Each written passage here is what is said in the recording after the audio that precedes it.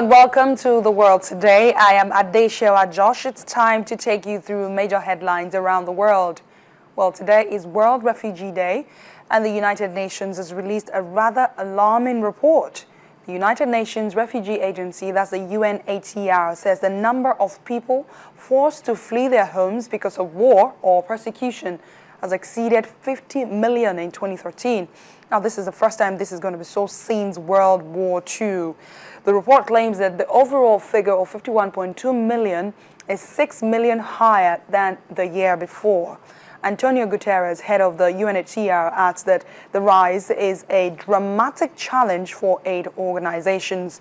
Conflicts in Syria, Central African Republic, and also South Sudan fueled the sharp increase. To mark the World Refugee Day, UNHCR Commissioner Antonio Guterres visited a tented refugee camp on Thursday.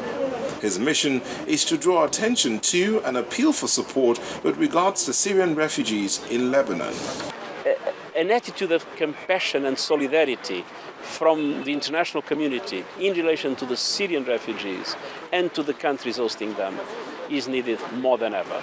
And what the international community is doing is very little compared with the suffering and the needs of the people we met, namely those that we met today.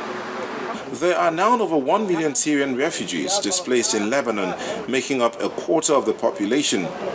Lebanon also hosts the highest number of Syrian refugees in the region. We have only 20%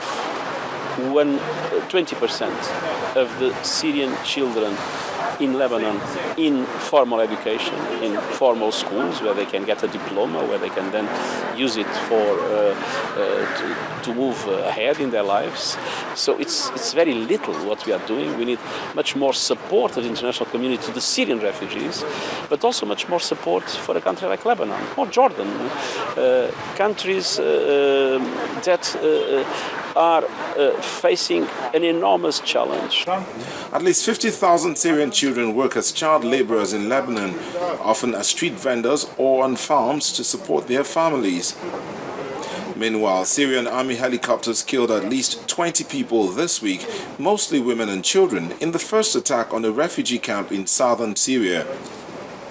Residents and opposition activists say the army dropped several barrel bombs, highly destructive improvised explosives, use of which has been condemned by Western powers as a war crime, on the camp in the village of Shajra, 2 kilometers from the Jordanian border. And in nearby Iraq, about 500,000 people have fled Mosul looking for safe havens after Sunni militants spilling over the border from Syria seized control of the northern city, Iraq's second largest.